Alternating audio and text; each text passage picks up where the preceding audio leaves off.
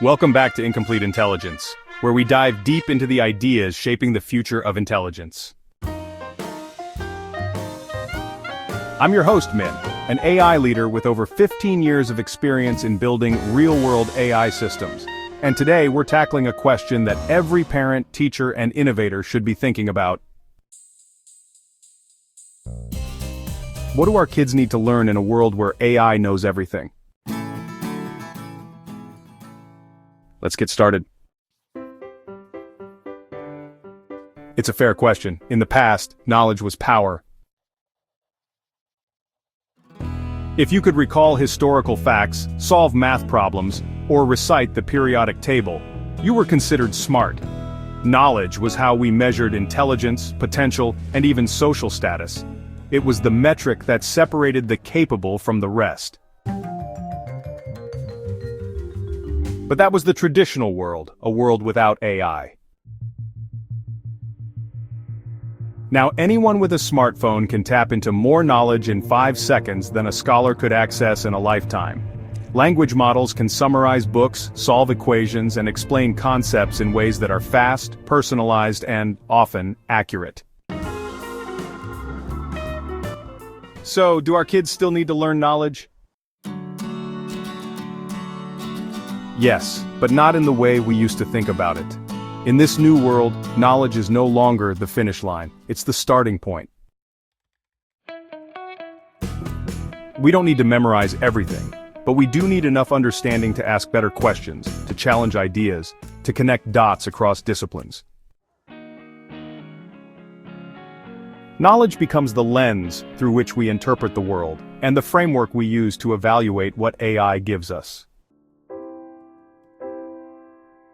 Because let's be honest, AI gets things wrong, it hallucinates, it misleads, it simplifies, and unless we have the mental scaffolding to spot the flaws, we risk trusting machines more than our own minds.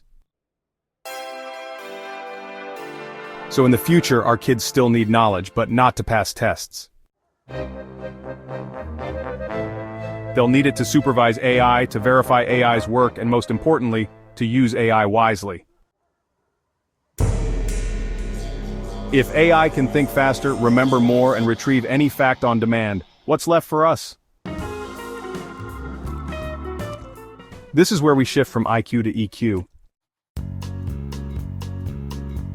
IQ, the kind measured by math scores and logic puzzles, has long dominated our definition of intelligence, but AI has mastered that game. It can outcalculate, outanalyze, even outmemorize us, but it can't feel.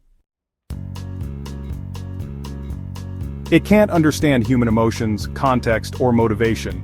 It can't earn trust in a conversation, or lead with empathy in a conflict. That's where EQ, emotional intelligence, comes in. EQ is the ability to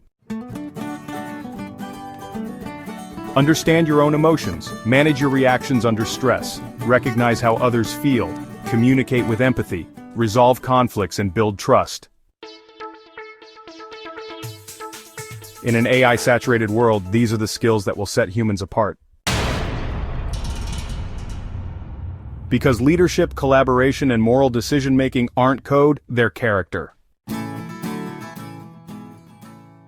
And there's more. We'll need curiosity to ask the questions AI never thought of, resilience to keep growing when the world keeps changing, ethical reasoning to guide how we use these powerful tools, and, of course, creativity to imagine what doesn't yet exist. These are the human traits that AI can't replicate, at least not meaningfully. And in a future where machines handle the logic, it's these soft skills that will become our hardest edge. So what does all this mean for education? The traditional school system was built for the industrial age, structured, standardized, and test-driven. But that model wasn't designed to raise thinkers, it was designed to produce workers. In the age of AI, that's no longer enough.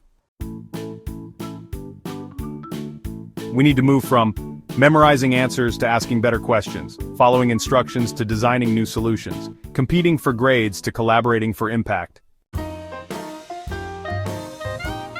That means a few big shifts. First, project-based learning.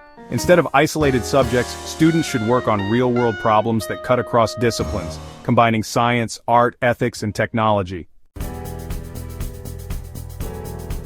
Because that's how the world works, and that's how innovation happens. Second, personalized learning journeys. AI can actually help here, adapting to each student's pace, style, and interest. Instead of one-size-fits-all, we can empower kids to follow curiosity over curriculum. Third, mental health and emotional education. Finally, we need to teach kids how to think with AI, not just around it. That means knowing how to ask the right prompts, evaluating AI-generated results, and using AI to augment, not replace, their own creativity. Education shouldn't just prepare kids to take a test, it should prepare them to thrive in a world where intelligence is everywhere, but wisdom is still